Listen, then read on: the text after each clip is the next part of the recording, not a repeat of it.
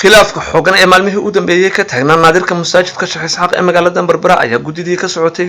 wasaaradda diinta iyo awqaafta ee dalkan Jamhuuriyadda Soomaaliland markii ay dhageysatay labada dhinac ee kala ah culimada qaadiriga rafcadeeda Timoweyn iyo shakhsiyaadka sheegay inay hirgeliyeen masaajidkan dhiskiisa iyo dayactirkiisiba waalidiintii markaasi dhashay muddo laga jooga imika dhowr iyo 60 sano dhageysiga dacwadaha labada dhinac kadib waxa ay gudidaasi goysay amaba gacanta u gelisay masaajidkaasi shakhsiyaadkii sheegay inay waalidiintoodu hirgeliyeen masaajidkan Sheekh Isxaaq ee magaalada Berbera amuurtan ayaa hadaba lagu kala aragti duwan yahay dadweynaha ku dhaqan degmada Berbera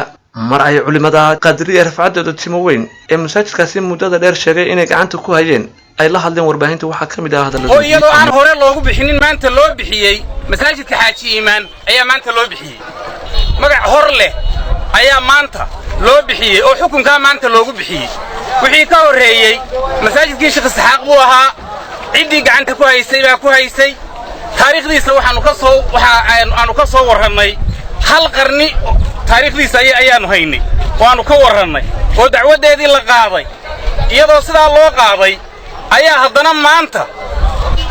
lagaga dhawaaqay masaajidka Yuusuf Iimaan isku soo wada duubo masjidkan oo dhisnaa muddo lagu qiyaasay 104 sano isla markaana maamulka iyo gacan ku hayntiisa ay ahaayeen ilaa xilligaasi culimada qaadiriyadu ayaa khilaafkiisu bilaabmay labadii bilood ee ugu dambeeyay ee sanadka 2016 kadib markii uu dhamaaday dhismaha cusub ee uu dib u dhiska ku sameeyay maarayihii hore ee dekedda Berbera injineer Cali Xoorxoor waxaana bulshada sida dhow ula socday khilaafka masjidkaasi iyo halka uu salka ku hayo ay la xiriiriyeen khilaafka masjidkaasi inuu sabab u yahay dhismaha bilicda leh iyo goobta uu kaga yaalo magaalada Berbera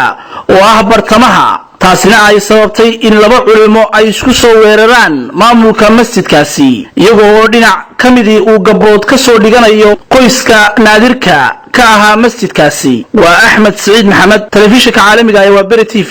magaalada Berbera anigoo ah boqor Cabdiqani Sheekh Cali Xaaji Xasan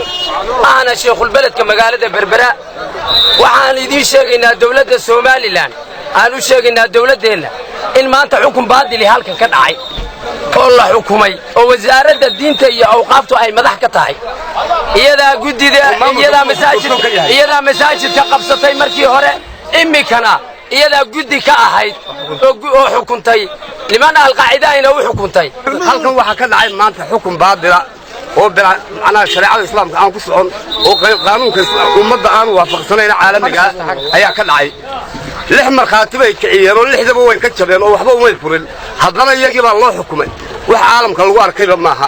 waxaanu leenahay waxa laga amuurtan ayaan la saadaalin karin halka ay soo dhigi doonto Abrishiisul Somali Cable TV Berbera.